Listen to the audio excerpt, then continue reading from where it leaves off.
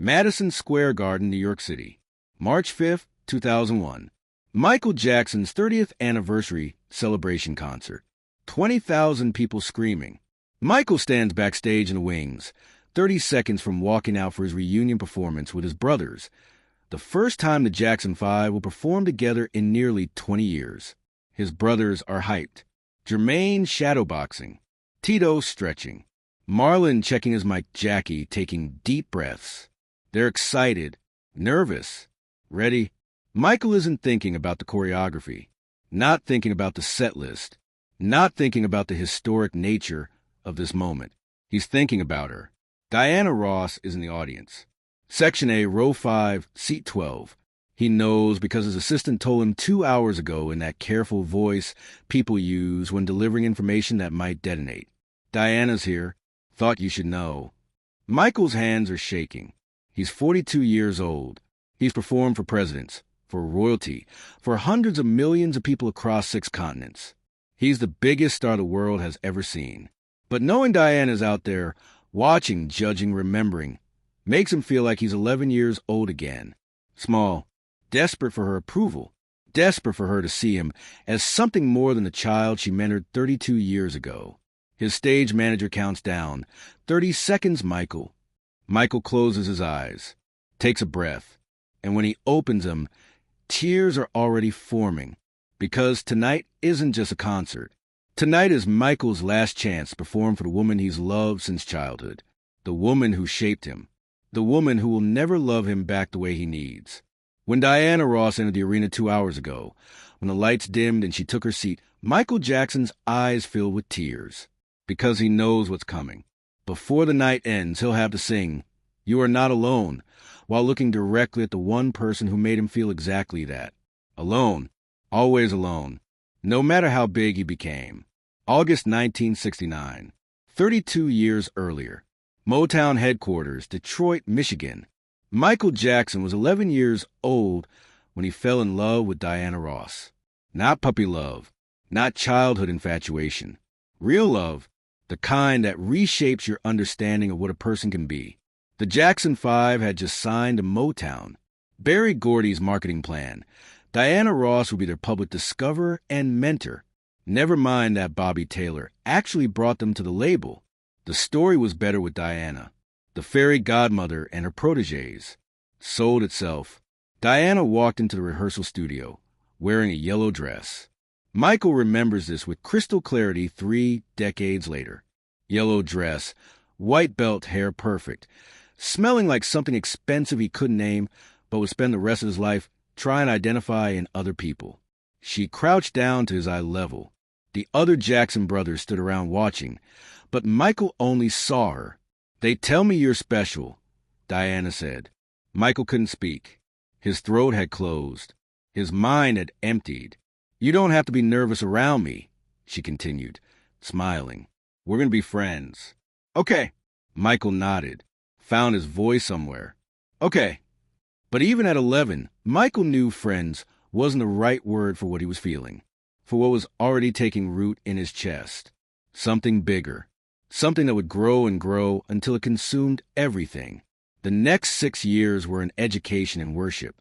Diana became everything to Michael, his mentor, teaching him stage presence, how to command a room, how to make 10,000 people feel like you're singing just to them. His protector, defending him from industry predators, shielding him from inappropriate advances. His ideal, the standard against which he measured all beauty, all grace, all perfection. What the public saw was cute. Photos of Diana and her young discovery, motherly affection, professional guidance. The Motown fairy tale playing out in magazine spreads and television appearances. What Michael felt was something else entirely. Obsessive adoration that went far beyond gratitude. Physical reactions he was too young to understand when she touched his shoulder, fixed his collar, kissed his cheek.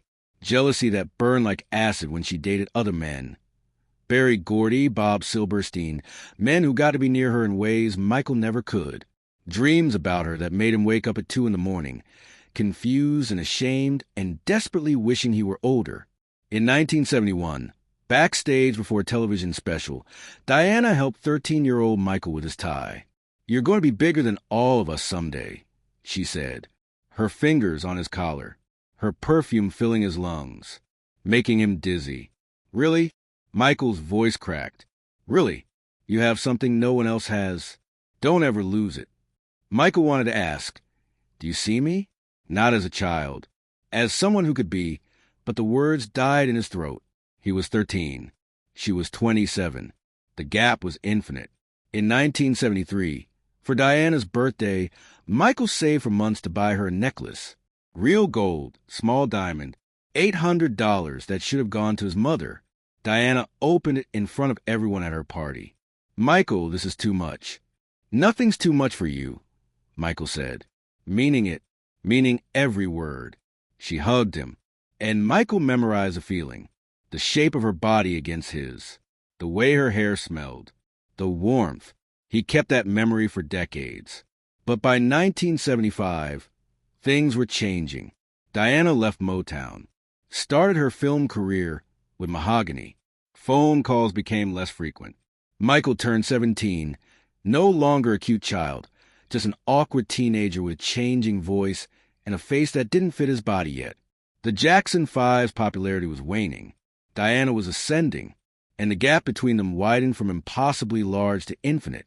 1978 to 1982. Michael tried to become someone Diana could love. If you're enjoying this story, please subscribe to support the channel. Multiple plastic surgeries. Tried to create a face he thought she'd find beautiful. Off the Wall exploded in 1979, proving Michael was an adult artist, not just a child star. Women suddenly saw him differently, wanted him, pursued him. He didn't want any of them. He wanted the one woman who still saw him as the 11-year-old in the yellow dress rehearsal room. Michael dated Tatum O'Neal. Beautiful, famous, age-appropriate. But when Tatum kissed him, Michael kept his eyes open, imagining Diana. "You're not even present," Tatum said after 3 months. She was right. Michael dated Brooke Shields. Perfect on paper. Safe, but he couldn't be vulnerable with her. Couldn't open up, because the part of him that could love was still occupied. The pattern repeated. Every woman measured against Diana and found wanting, not because they weren't wonderful, but because they weren't her. December 1982. Thriller released. Michael became the biggest star on the planet. Bigger than Diana. Bigger than anyone. His internal logic. Now she'll see me. Now I'm worthy. Now I'm not just the kid she mentored. December 1983, Michael invited Diana to Havenhurst to hear Thriller before it exploded into complete global domination. Private listening session. Just them. After the album finished, Diana was quiet. Well, Michael asked, desperate, needing her approval more than oxygen. "It's incredible, Michael. You're incredible. Do you see me now?" The words spilled out before he could stop them. "What?" "Do you see me as..." Michael struggled, 25 years old and suddenly 11 again, as more than the kid you mentored, as someone whose... Diana's face changed. Understanding and sadness mixed together. "Michael, you'll always be that kid to me. That brilliant, talented kid I helped raise. That's not a bad thing. But I'm not a kid anymore. I know, but that's how I see you. That's always how I'll see you." The silence after was deafening. Michael never finished the sentence he'd started. Never said, "I've loved you since I was 11 years old. Every woman I've dated, I compared to you. Every song I write, I'm writing for you. I became the biggest star in the world, hoping you'd finally see me." He didn't say it, because Diana's face already told him the answer. She would never love him that way. Could never love him that way. The dynamic was set when he was 11 and she was 25, and no amount of success would change it. The next 17 years were an exercise in living with permanent ache. Michael and Diana's relationship became cordial, professional, distant. They saw each other at industry events, exchanged pleasantries, maintained the public friendship, but the intimacy was gone. Michael had revealed too much. Diana had been honest about her limitations. Neither knew how to go back. Michael married Lisa Marie Presley in 1994. Real connection, but Michael's inability to fully commit to anyone, because part of him would always belong to Diana, doomed it by 1996. He married Debbie Rowe in 1996. Transactional, not romantic. Mother of his children, not his partner. Divorced by 1999. Various rumored connections that never materialized into anything real. The through line, Diana Ross remained a permanent ghost in every relationship. The standard no one could meet. The love that existed in the space between who he was and who he wished she could see. March 5th, 2001. The 30th anniversary concert. The invitation. 2 concerts at Madison Square Garden celebrating Michael's 30 years as a solo artist. Reunion with his brothers. Guest performers. Historic event. Michael's team reached out to Diana in January. Would you like to attend as a special guest? Diana said yes. When Michael heard, his world tilted. She's coming. After 17 years of careful distance. She's coming. Was this closure? Torture? An opportunity? Did it matter after all this time? Yes. It mattered more than he wanted to admit. 3 o'clock that afternoon, rehearsal. Michael couldn't focus. Kept missing cues. His brothers noticed. You good, Mike? Jermaine asked. Fine. You sure? Because you just forgot the words to ABC, and we've been singing that song for 32 years. Michael wasn't sure of anything. 6 o'clock. Diana arrived, escorted to her seat. Section A, row 5, seat 12. Perfect view of the stage. Michael's assistant told him. Michael sat in his dressing room, staring at himself in the mirror. You're 42 years old. You're one of the most successful artists in history. And you're terrified because Diana Ross is in the audience. 7:30. The show began. Michael wasn't performing until later, so he watched from the wings as other performers took the stage. And he could see her. Section A, row 5. Diana Ross, 56 years old. Still beautiful. Still untouchable. His mind spiraled. Does she think about me? Does she remember that conversation in 1983? Does she know that every time I perform, she's out of my life? I'm thinking about her. Does she know she's the reason I've never been able to fully love anyone else? 9:47. Michael's moment arrived. His performance with his brothers. The Jackson 5 reunion everyone came to see. Michael and his brothers took the stage together. 20,000 people erupted. This was history. The Jackson 5, reunited after 2 decades, performing the songs that started it all. I Want You Back. ABC. The Love You Save. I'll Be There. Michael performed flawlessly. Every move precise. Every note perfect. This was what he did. This was what he'd been doing since he was 8 years old. But between songs, he kept glancing at Section A, row 5. Is Diana impressed? Proud? Indifferent? He couldn't tell from this distance. Couldn't read her face in the stage lights. During I'll Be There, Michael sang the bridge, the emotional climax, his voice soaring. I'll be there to protect you, with an unselfish love that respects you. He was looking directly at Diana's section when he sang this. She didn't know. The lights were too bright. But Michael knew. Every word was for her. Every note. Always had been. 10:15. The Jackson 5 portion ended. Michael's brothers exited. Now it was just Michael. Solo. The superstar the world knew. The Way You Make Me Feel. Black or White. Brief medley of his biggest hits. The crowd was ecstatic. But Michael's mind was elsewhere. The next song is You're Not Alone. I have to sing that while she's watching. 10:35. The stage went dark. A single spotlight found Michael center stage. The opening notes of You Are Not Alone began. Soft, vulnerable. This song was different. Not choreography, not showmanship. Just Michael with a microphone, singing about desperate loneliness. The audience quieted. This was the moment where Michael stripped away the performance and revealed something real. Michael started singing. Another day is gone. I'm still all alone.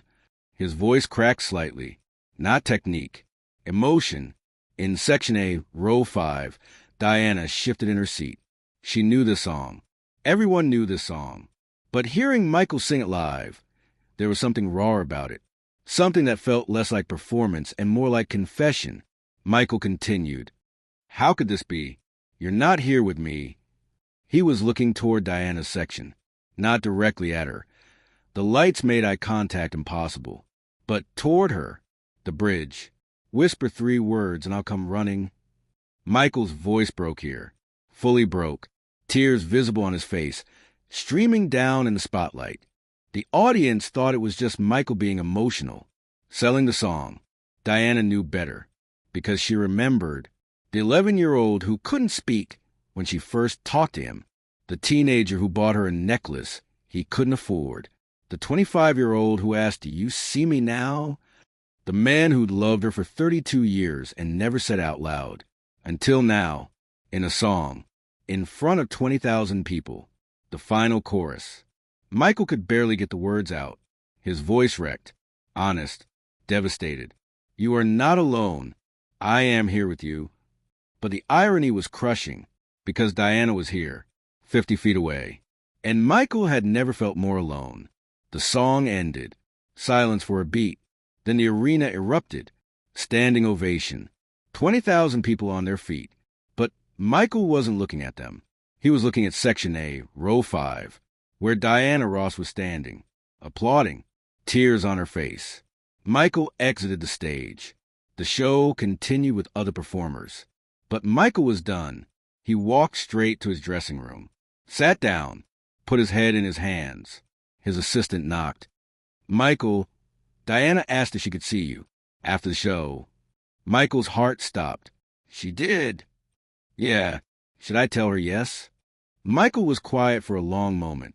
"Yes. Tell her yes." 11:45. The show ended. Michael waited in his dressing room, alone, nervous in a way he hadn't been in years. What would they say to each other? What could they say after all this time? A knock on the door. "Come in." Diana entered, still beautiful, still impossibly distant even when standing 5 feet away. "Hi, Michael." "Hi." They stood in awkward silence.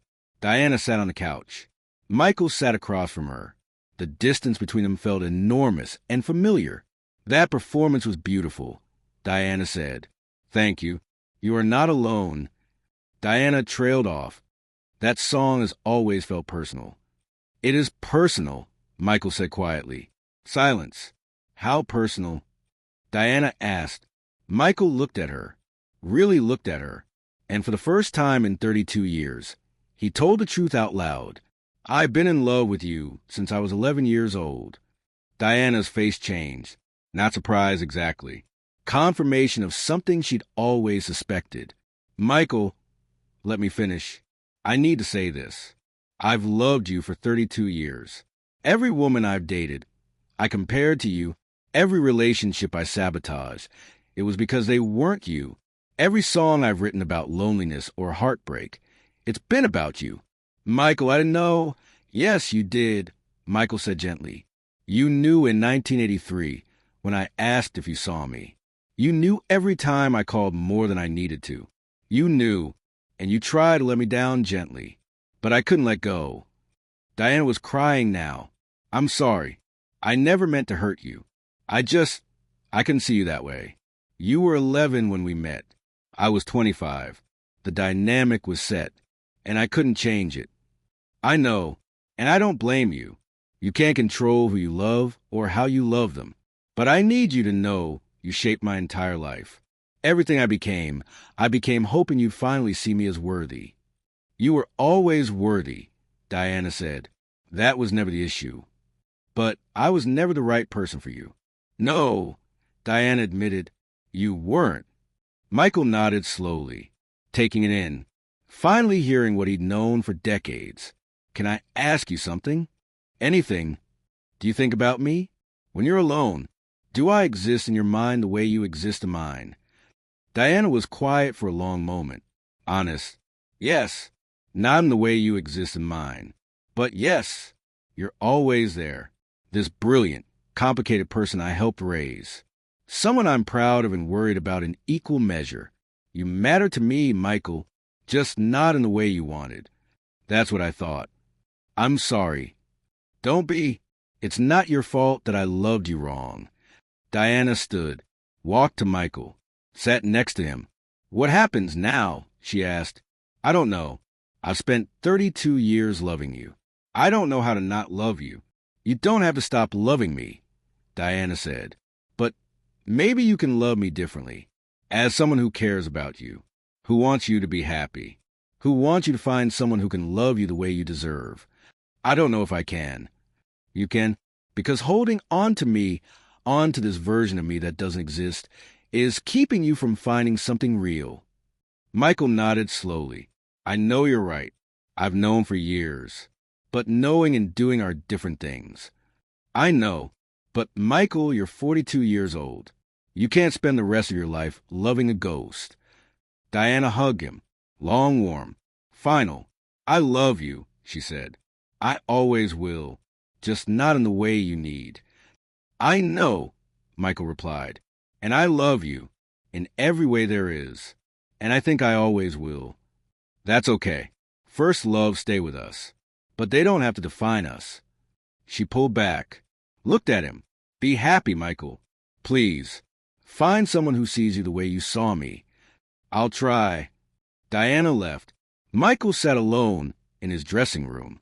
The weight hadn't disappeared, but it had shifted. Not gone, never gone, but acknowledged, named, released into the world instead of kept inside, eating him alive. March 5th, 2001. Madison Square Garden. Michael Jackson sang, You're Not Alone, while Diana Ross watched from the audience. For 32 years, he'd loved her, desperately, completely, impossibly. That night, he finally told the truth. And in telling it, he began to let it go. Diana Ross was Michael Jackson's first love, his greatest inspiration, and his most profound heartbreak, not because she didn't care, but because she couldn't love him the way he needed. And that's not tragedy. That's life. Some loves are meant to last. Some are meant to teach us. Some are meant to break us open so we can heal stronger. Michael's love for Diana did all three. 6 months later, they talked on the phone. First time since March. Catching up. No, wait. No unspoken longing. Just two people who cared about each other. Finally able to exist without the ghost of what Michael wanted but could never have. Be happy, Michael, Diana said before hanging up. I'm trying, he replied. And he was. 2 months before Michael died in 2009, a journalist asked about Diana Ross. She taught me everything, Michael said. How to perform, how to connect. And she taught me something else too, that sometimes the people who shape us most aren't meant to stay with us. They're meant to teach us and then let us go. Any regrets? I regret the years I spent wanting something that wasn't possible. But I don't regret loving her. She made me who I am, the good and the complicated. When Diana Ross entered the arena that night in 2001, the lights dimmed, and Michael's eyes filled with tears. Not because he was still in love with an impossible dream, but because he was finally ready to say goodbye to it. And sometimes goodbye is the most loving thing you can do for them and for yourself. If you like this story, please subscribe to support this channel.